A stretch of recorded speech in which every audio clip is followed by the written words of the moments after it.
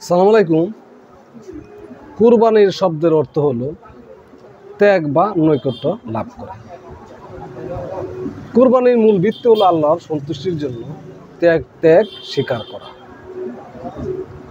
তাহলে আমাদের আল্লাহকে রাজি খুশি করতে হলে অবশ্যই হালাল উপার্জন দিয়ে কুরবানি দিতে হবে, নচেত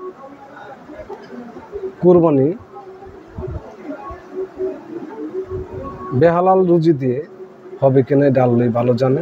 আপনারা বিবেচনা করুন, দেখুন।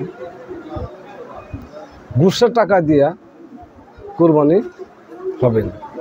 ঘুষের টাকা খেলে মানুষের শরীরের রক্ত নষ্ট হয়। কুরবানির মাংস বন্টন 3 ভাগে ভাগ করাও যায়। 1 নিজে খাওয়ার জন্য, 2 আত্মীয় স্বজন ও বন্ধুদের জন্য, 3 গরিব ও অসহায়দের জন্য। তাহলে কালের কণ্ঠ অনলাইন থেকে পাঠ করছি, যেসব পশু দিয়ে কুরবানি হবে না দেখুন।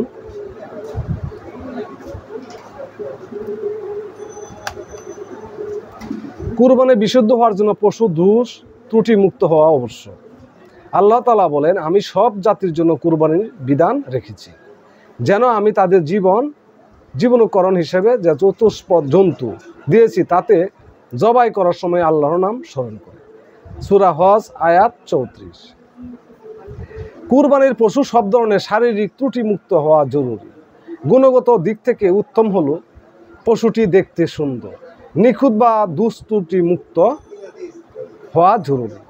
গুণগত দিক থেকে উত্তম হলো পশুটি দেখতে সুন্দর, নিখুঁত বা দুস্ত্রুটি মুক্ত ও হৃষ্টপুষ্ট। যা পশু দেখলে পছন্দ হয়। আবু সাঈদ খুদরি রাদিয়াল্লাহু আনহু বলেন, রাসূল সাল্লাল্লাহু আলাইহি সাল্লাম শিং বিশিষ্ট ও মোটা তাজা একটি মেষ কুরবানি করেছে। এর চেহারা, পা ও চোখ ছিল মিটমিটে কালো। সুনানে ইবনে মাজাহ হাদিস 3128। পশুর যেসব ত্রুটি থাকলে কুরবানি শুদ্ধ হয় না, এ বিষয়ে ইসলামী শরীয়তের বিধান নিম্নরূপ। 1 অন্ধ, যে গরু চোখে দেখতে পায় না তা স্পষ্ট। 2 রোগাগ্রস্ত, রোগবালাইয়ের আক্রান্ত হওয়ার বিষয়টি স্পষ্ট। 3 পঙ্গু, যে পশু হাঁটাচলা করতে পারে না। 4 আহত, যার কোনো অঙ্গ ভেঙে গেছে তা স্পষ্ট। সুনানে তিরমিজি হাদিস 1497। 5 যে পশুর একটি দাঁতও নেই বা এত বেশি দাঁত পড়ে গেছে যে ঘাস বা খাদ্য চিবাতে পারে না, এমন পশু দ্বারা কুরবানি করা জায়েজ নয়। বাদায়ুস সানায়ে 4/215। 6 যে পশুর শিং একেবারে গোড়া থেকে ভেঙে গেছে, যে কারণে মস্তিষ্ক ক্ষতিগ্রস্ত হয়েছে, সেই পশুর কুরবানি জায়েজ নয়। পক্ষান্তরে যে পশুর অর্ধেক শিং বা কিছু শিং ফেটে বা ভেঙে গেছে বা শিং একেবারে উঠেনি, সে পশু কুরবানি করা জায়েজ।